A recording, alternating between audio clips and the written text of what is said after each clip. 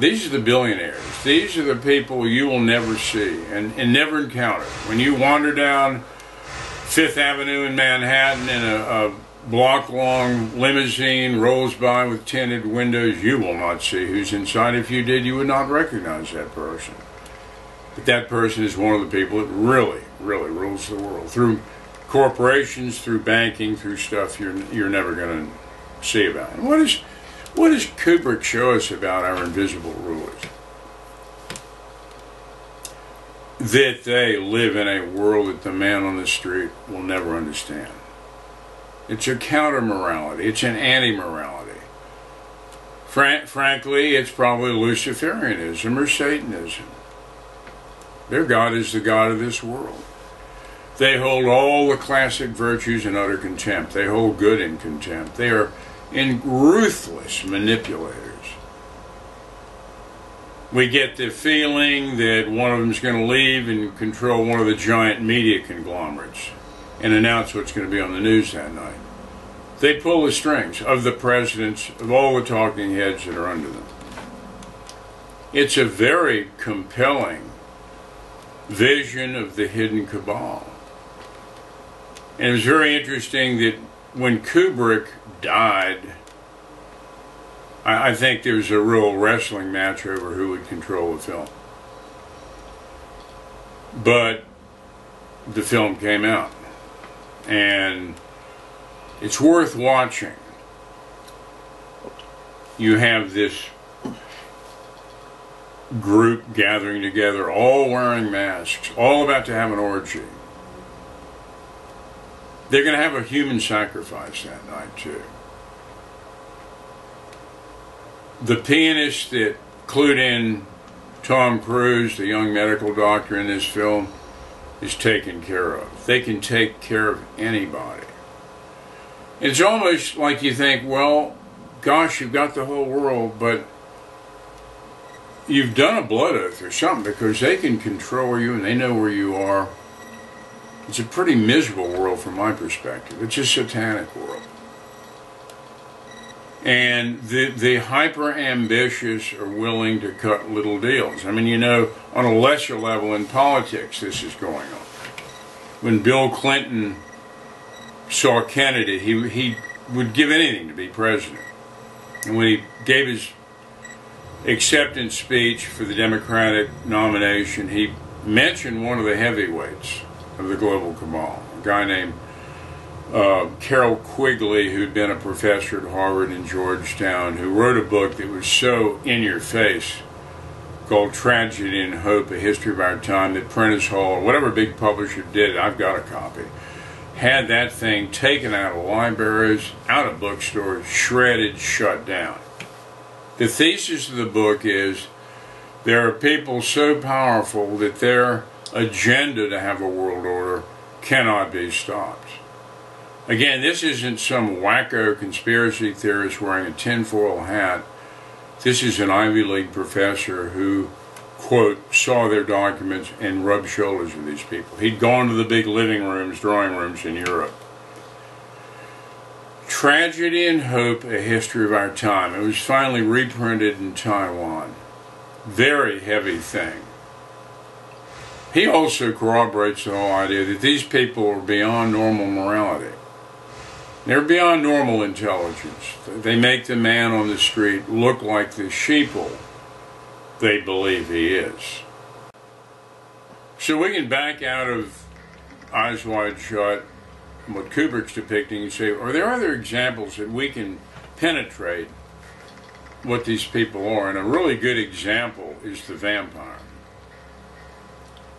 And you even wonder when the vampire entered fiction originally, during the Edwardian era and before, certainly Bram Stoker's Dracula, whether that wasn't another veiled way of talking about the real world rulers, the incredible corruption, the immense wealth, the living by other standards. I mean, the classic vampire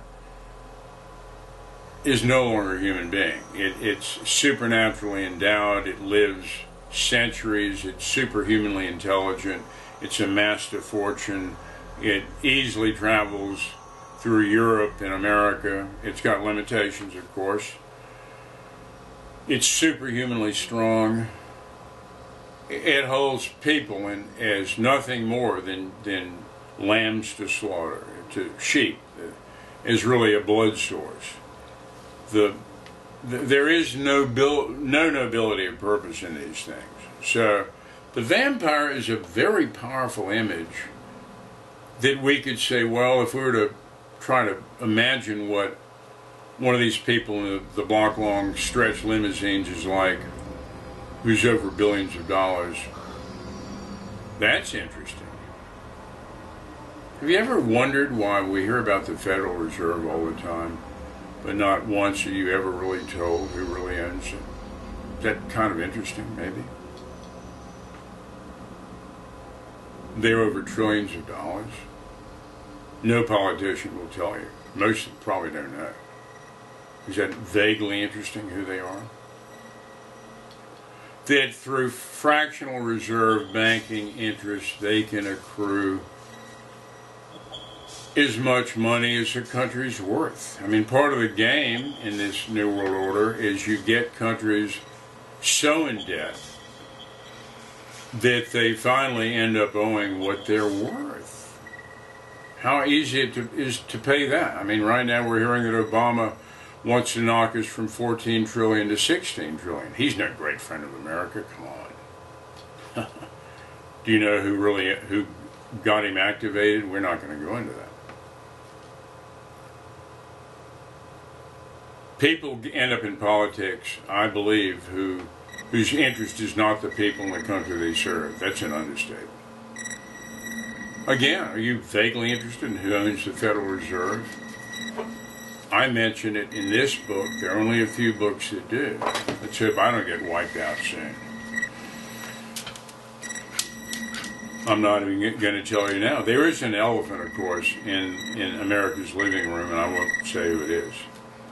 You can connect the dots if you're interested in time. My book goes into some of that. When I ran into that book in Bombay, and by then I had a conversion, I believe that there's a real God in the universe. I believe there's good and evil. I think my former Hindu view, my Vedanic worldview, that it was all Maya and illusion and that we're really gods inside, I think that was part of the great lie. I had my own wake-up call, as I said, in India, at great cost. I saw this book in Bombay, and I saw the patterns of the giant banks, the families of the banks. The relatively old merchant banks of Europe that have accrued vast wealth. Let me create an understatement about all this. It was not exactly politically correct. But something in me went into an alarm gear. It was like Neo waking up in the Matrix, and I thought, wow, you don't need to fire a single shot. Of course, you're going to use armies in wars to do nation changing and change borders and all that. That's always happened. People in the know when an area of the world's going to get hit, they buy up real estate after it's devastated, and then they make a fortune. This has been going on for a long time.